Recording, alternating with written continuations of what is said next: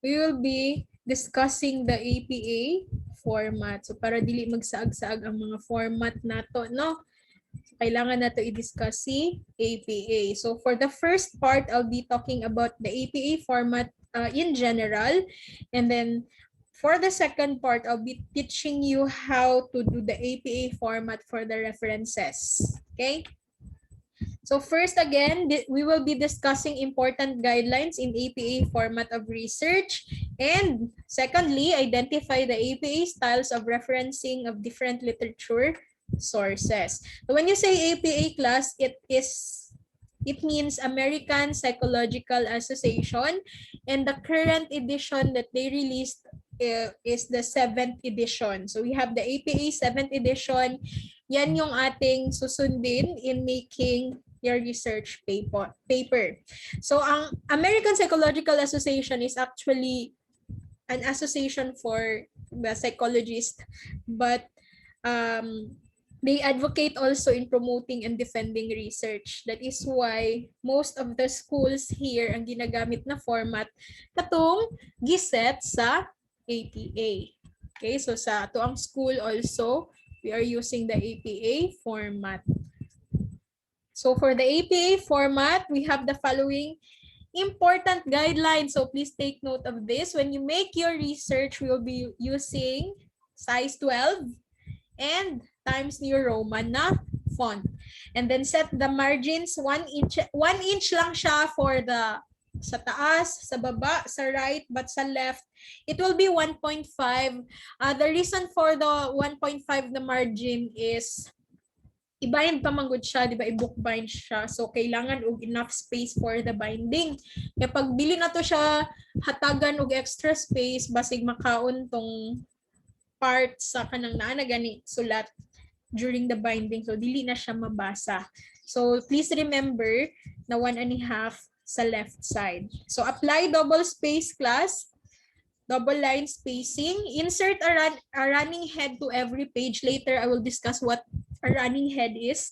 And then, indent every new paragraph 1/2 inch ha. Kailangan naka-indent ang each paragraph. And print in a short band paper. Pero kung di pa man ta mag-print, most likely pag mag-check mi sa inyong papel, online man tatanan. This is how it looks like. Pero ang running head, sa taas na siya ginabutang, pero ang sa school nga ginagamit class, tapad siya sa page number. So, wala magugoy makita nga format because I don't have a research paper here.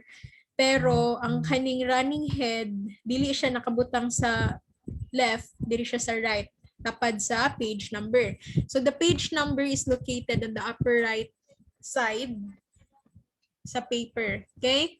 And then you have here, running head is actually a shortcut siya, shortened title ninyo. And then we have here the heading.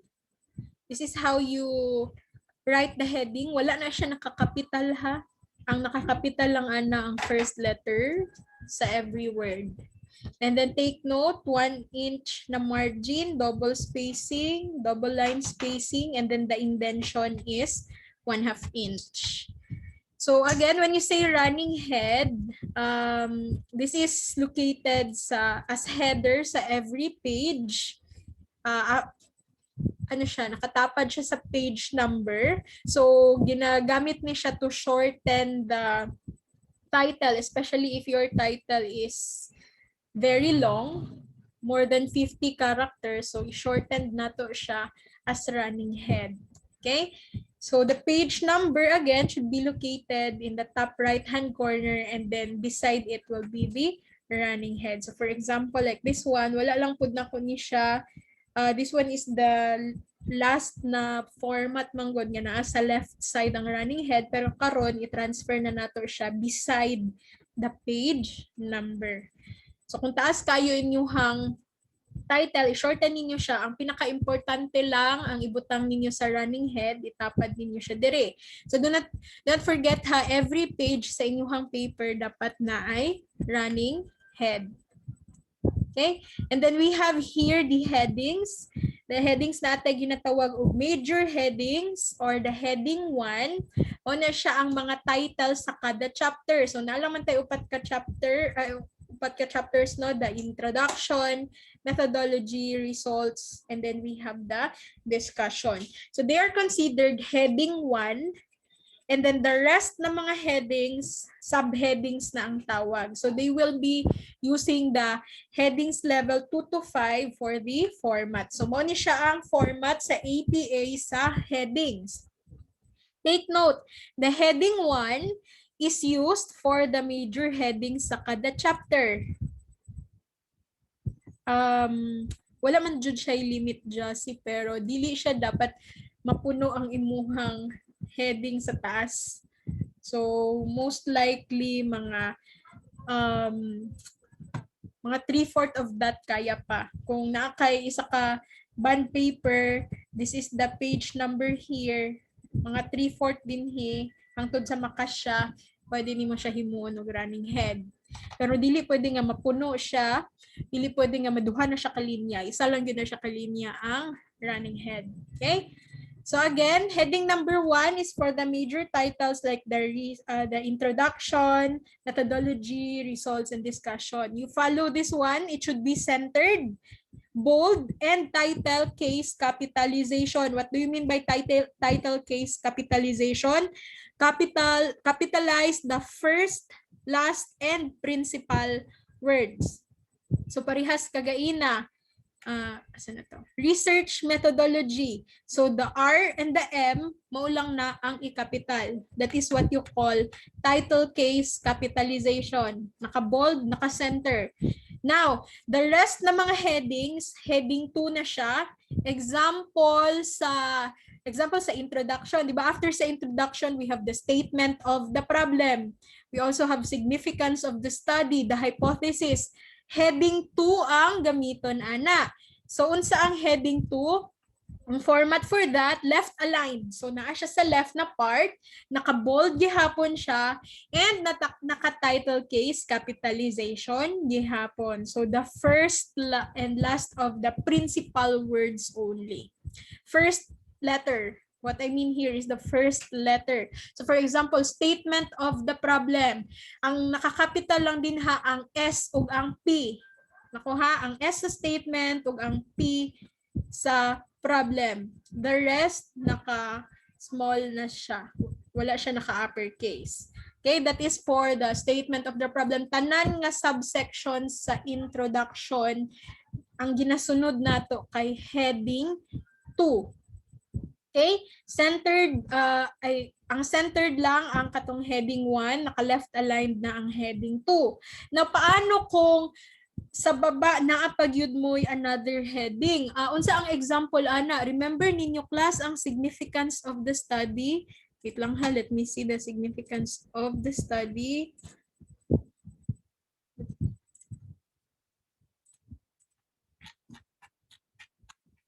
Wala ko significance of the study din here. Wait lang, let me open it.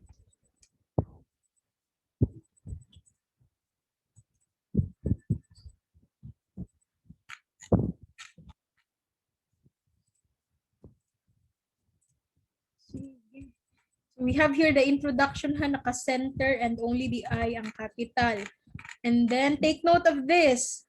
This is the heading 2 na format, subsection siya. So naka-left lang and only the S and the P ang naka-capital. So mo niya akong ginamin sa significance of the study.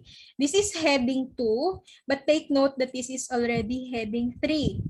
Ngano man, naman ko'y yan naka-identify man ang bawat sections din ha, or bawat group of people nga karoon og benefits akong study and then gi-discuss man, di ba, ang unsang ilahang benefit. So pag heading 3 na siya, this is how you write this. Naka-indent siya, take note, naka-indent siya, naka-bold, and it is followed by a period. So again, indented ang heading 3, naka-bold, naka-sentence case capitalization. Pag sentence case capitalization, capitalize only the first word and any proper nouns.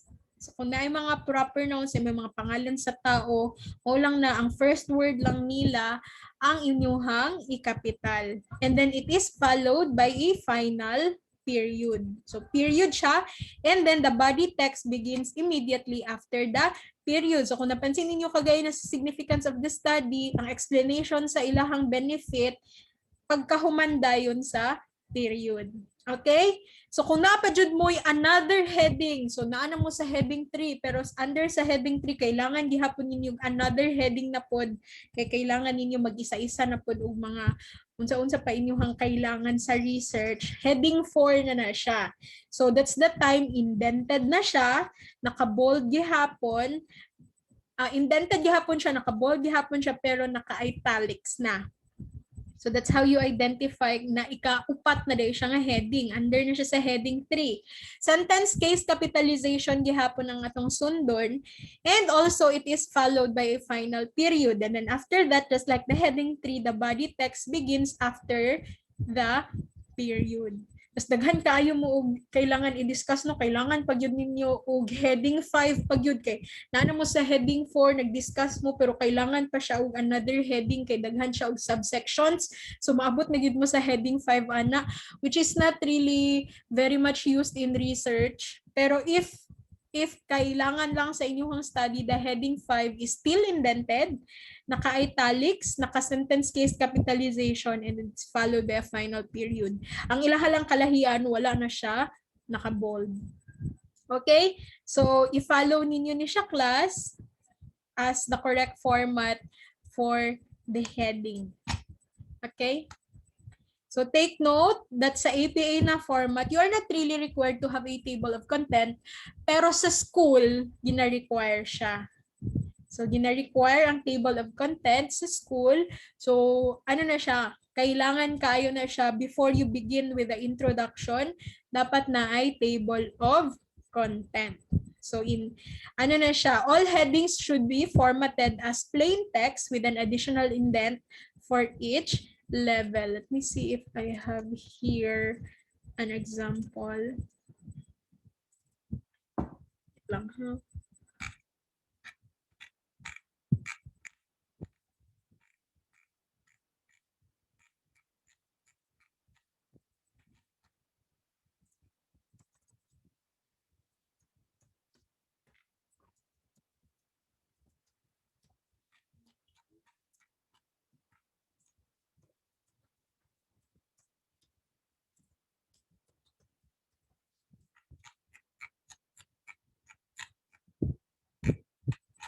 Oh, this should not be.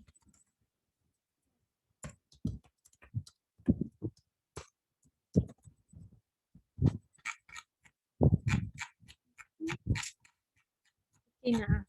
So, before mo, kung ipahimo magud sa inyo ha, kay diretso introduction, no? So this is an example of the preliminaries. When you say preliminaries, these are the things na makita sa inyong research before the introduction. So you have here the title page. Later I will show you the correct title page for the student research. This is faculty research, manggod. And then, pero this is also true for you ha. After the title, you have to have an approval sheet, sample approval sheet. I'll also give you an example or a sample for the approval sheet, class. Take note ha sa pagpasunod. After the approval sheet, you have the abstract. But sa proposal defense, abstract is not really required because abstract, class, is actually the summary of your study. And since sa proposal defense, you're not yet done, so no need to include the abstract. After the abstract, you have the acknowledgement. So take note of the format also. This is the correct format ha. Ang page number is located sa top right corner, and then just beside it will be the running head. And take note, class, nga ang sa preliminaries, we don't really use the 1, 2, 3, 4, 5 na page number. Instead, we use the Roman numerals. Roman numerals ni siya. So after that, we have the acknowledgement. By the way, if you will be making the acknowledgement, si Dean, gusto yun na siya og kanang uniform format for the acknowledgement. And ang gusto ni Dean, please take note also, ang gusto ni Dean nga pagpasunod sa acknowledgement is ang acknowledgement man good is kaning mga people na gusto ninyo pasalamatan kasi they have contributed a lot sa inyong research. So ang gusto ni Dean, mahitabo, ang number 1 ninyong pasalamatan si God. Ang number 2 will be the GSD-MSFI, admin and DOT.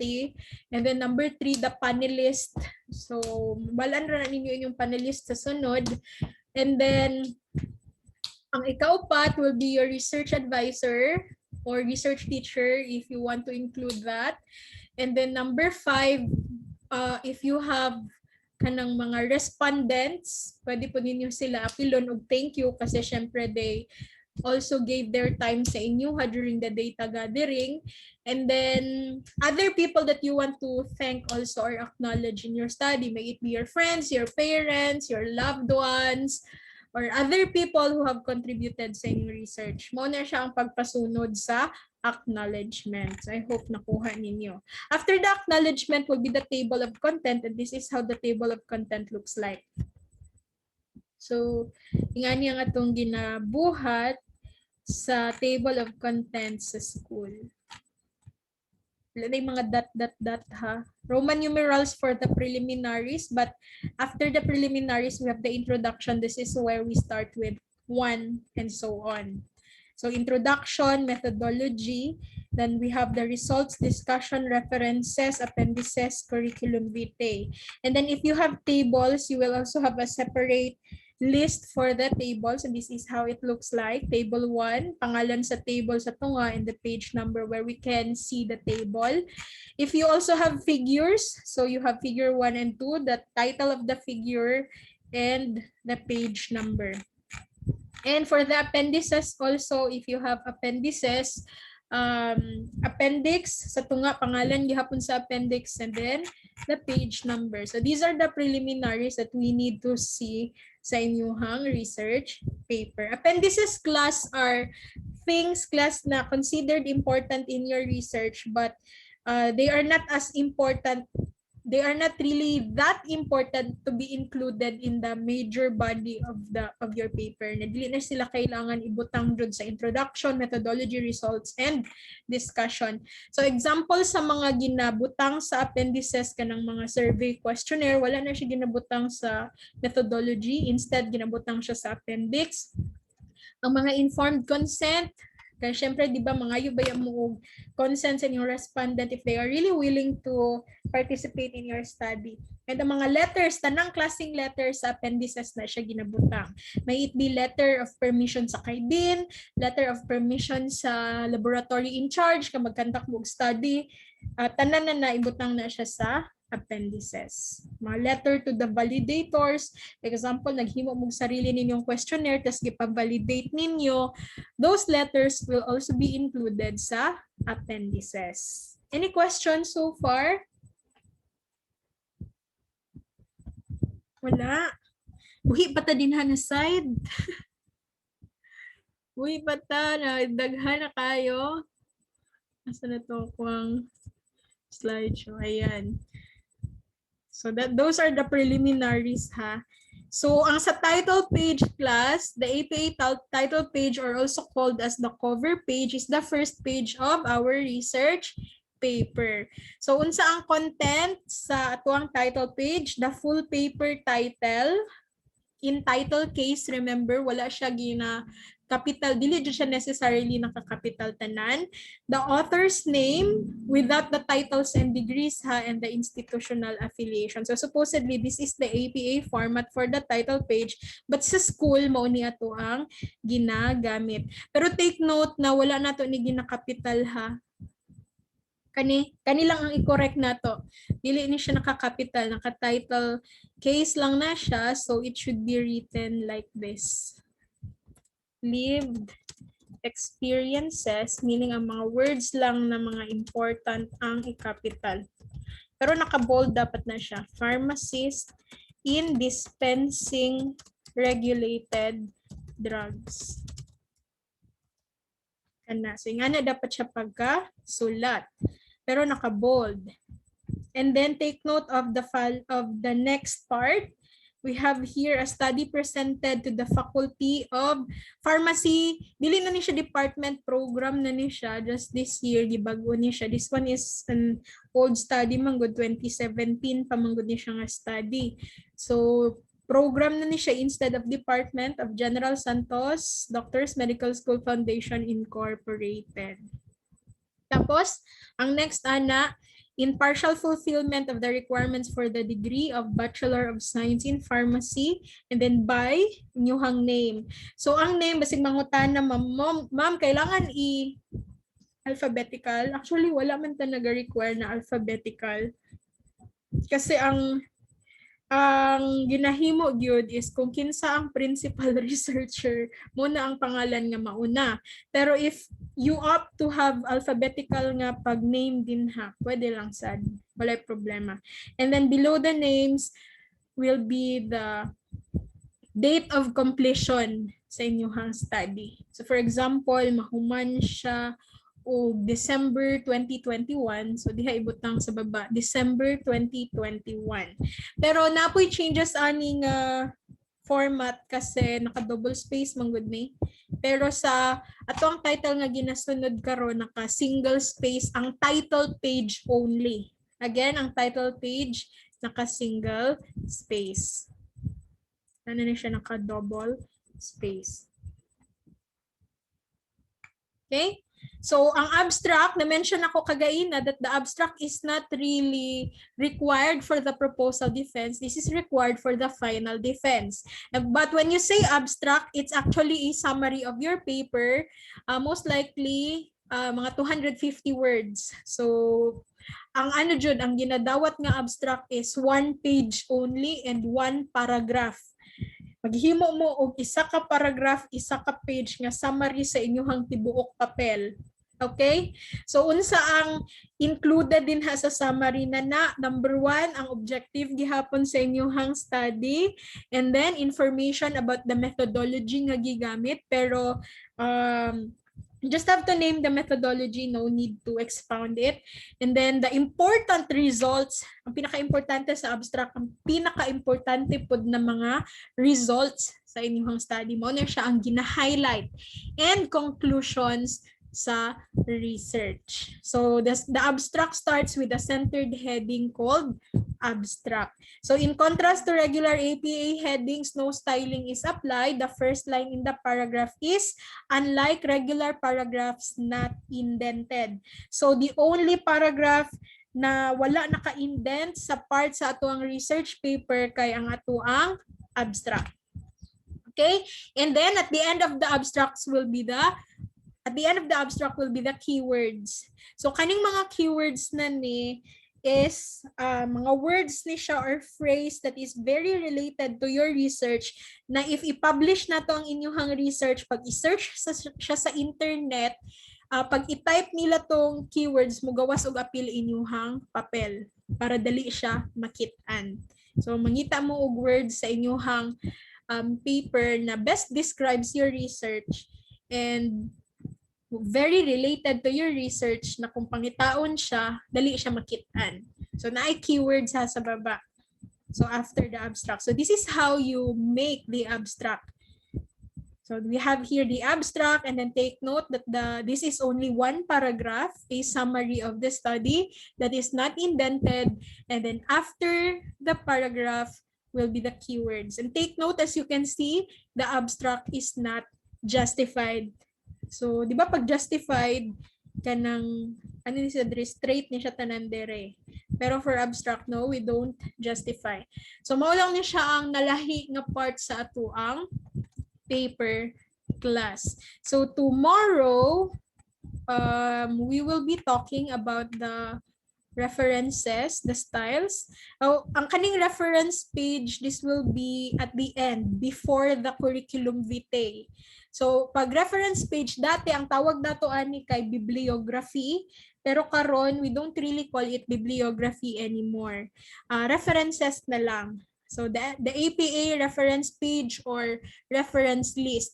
Dinha nakasulat tanan sources nato from other literatures or studies. So, ang title sa page, references na lang, and take note that it is sorted alphabetically. Ang ato ang naandan dati kay kanang ato ang i-separate ang books, ang internet, and so on. Pero nowadays, we don't really separate them whether they come from books or articles in the internet.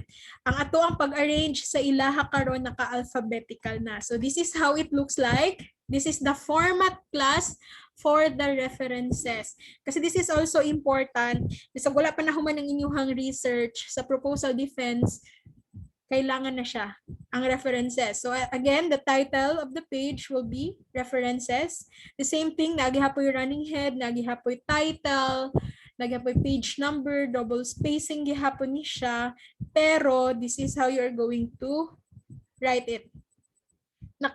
Alphabetical, but I will teach you the correct format for each type of reference tomorrow. Pero ingani siya, ang first line wala naka-indent, pero the succeeding line ang naka-indent ug 1/2.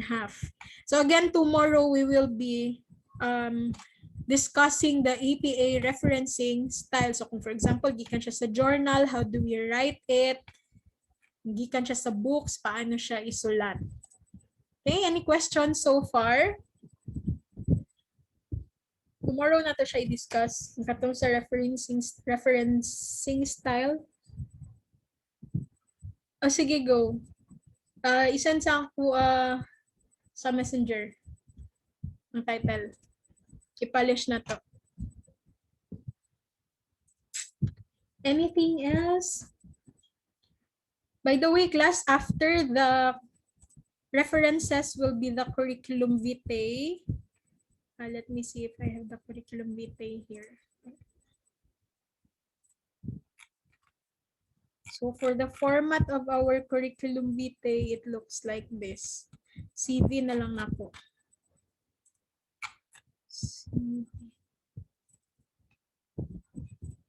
Again, this is after the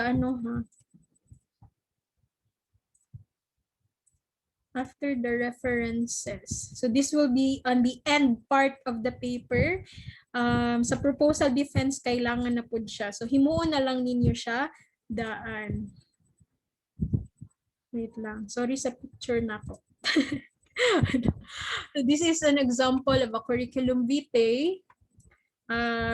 Take note nga na dapat na siya itubay nga picture, pero makasabaan gyud mo kung ang inyong picture din selfie.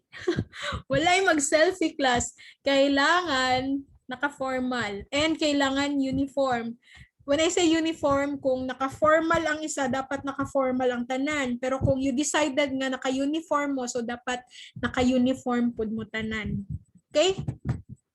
So, mao ni siya ang mga required na mga things na kailangan makitaan sa inyong curriculum vitae. Siyempre, inyong pangalan, inyong mga contact numbers, or your email address, and then your personal data such as your date of birth, place of birth, and so on. So on. And then educational background, kung asa mo nag-eskwela, ano na siya, primary, secondary, and syempre taman lang na siya tertiary. So kana lang ako ang need na makita, wala pa man mo yung mga inganing sa baba like employment experience o mga awards and so on. Ang inyong award, inyuhan na lang ibutang diri sa baba. So just like this one, name of the school, and then after the school na lang kung naamoy mga awards, and then the year, kung kano sa mo nag-eskwela din sa eskwelahan na. Wala na inyong kailangan for the curriculum vitae. Any questions? Wala na?